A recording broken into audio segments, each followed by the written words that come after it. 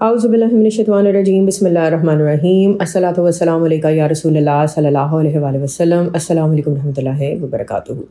آج سیرت النبی صلی اللہ علیہ وآلہ وسلم کی 20th یعنی 20ویں ویڈیو ہے۔ خباب بن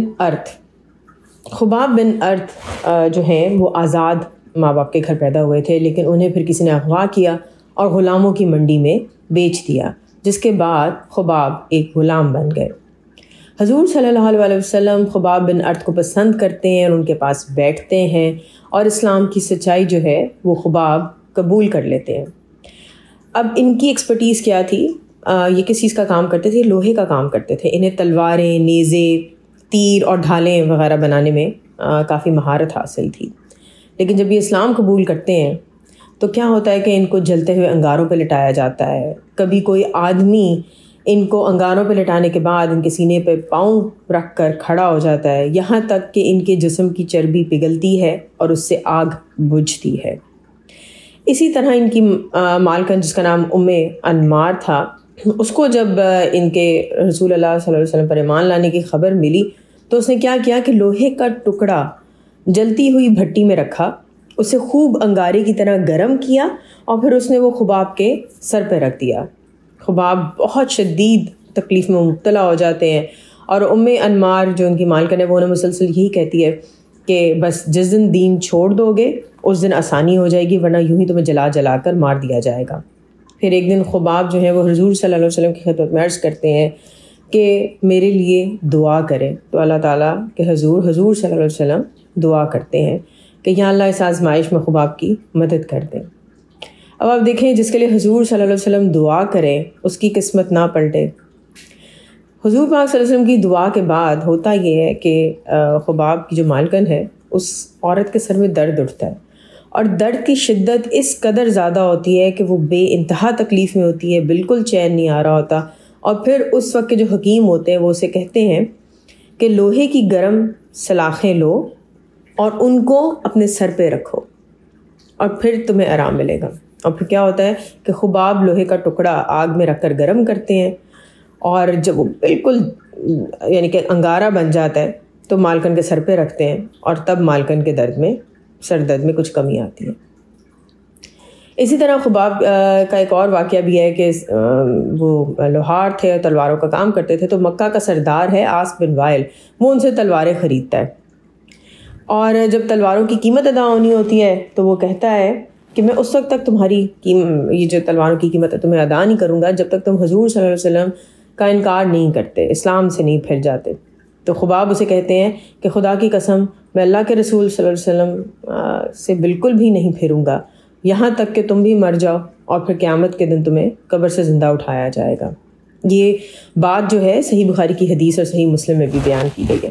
تو عاص بن وائل مذاق اڑا کے کہتا ہے کہ تم نے جس نبی صلی اللہ علیہ وسلم کا دین قبول کیا ہے، کیا اس نے نہیں کہا کہ مرنے کے بعد تمہیں سونا، چاندی، کپڑے سب ملے گا؟ تو ٹھیک ہے، جب میں بھی مر کے دوبارہ اٹھوں گا اور مجھے مال اور اولاد ملے گی تو میں تمہارے تلواروں کی قیمت ادا کر دوں گا۔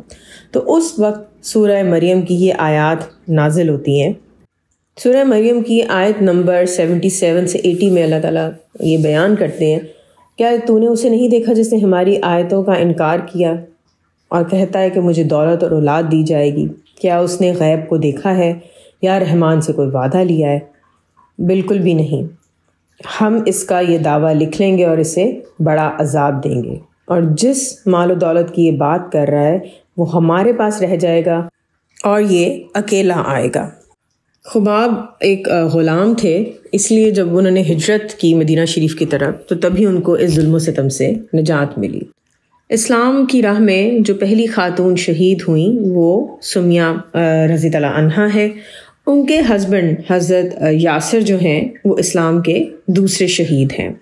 سمیہ اور یاسر کے 2 بیٹے ہیں، ایک عمار اور ایک عبداللہ۔ عبداللہ کو اسلام قبول کرنے کی سزا اس طرح دی گئی کہ انہیں تیر مار کے شہید کر دیا گیا۔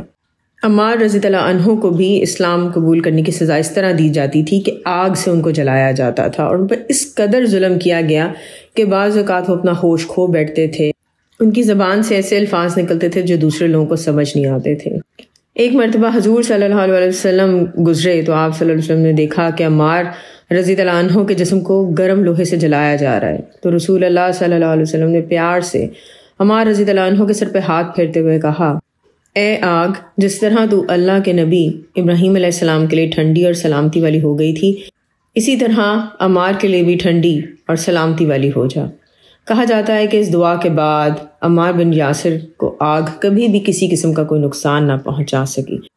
ابھی تک اسلام کی دعوت کھلے عام نہیں دی گئی تھی، اعلان نہیں کیا گیا تھا اس کا، بس لوگ جو اسلام قبول کر چکے تھے اپنے دوستوں کو اور ملنے والوں کو اسلام کی دعوت دیا کرتے تھے۔ تو اس سارے ٹائم میں ارقم بن ابو ارقم جو کہ اس وقت میں شاید 16 سال کے تھے، ان کا ایک گھر تھا جو صفا کی پہاڑی کے پاس موجود تھا۔ تو وہ کیا کرتے ہیں کہ اپنا گھر، جسے دار ارقم کہا جاتا ہے بعد میں، وہ مسلمانوں کو عبادت کے لیے دے دیتے ہیں۔ کفار کو بالکل بھی شک نہیں ہوتا کہ یہاں پہ مسلمان جمع ہو کر عبادت کرتے ہیں، کیونکہ اس جگہ سے بہت زیادہ لوگوں کا آنا جانا ہوتا تھا۔ بہرحال اسی طرح مسلمان چھپ کر عبادت کرتے تھے، اپنے دوست احباب اور جو دلچسپی لوگ لیتے تھے ان کو اسلام کی دعوت دیا کرتے تھے، اور آہستہ آہستہ کر کے مسلمانوں کی تعداد بڑھتی چلی جا رہی تھی۔ اس طرح کرتے ہوئے تقریباً 3 سال گزرے، اور پھر اللہ تعالیٰ نے حضور پاک صلی اللہ علیہ وسلم کو حکم دیا کہ اب وہ اعلانیہ یعنی عوام میں نکل کر اسلام کی لوگوں کو دعوت دیں۔ جب حضور صلی اللہ علیہ وسلم نے اسلام کی اعلانیہ دعوت دینا شروع کی تو اس کے بعد کفار مزید شیر ہو گئے مسلمانوں پر ظلم کرنے میں۔ انشاءاللہ باقی نیکسٹ ویڈیو میں۔ الصلاۃ والسلام علیکہ یا رسول اللہ صلی اللہ علیہ وآلہ وسلم۔ السلام علیکم ورحمۃ اللہ وبرکاتہ۔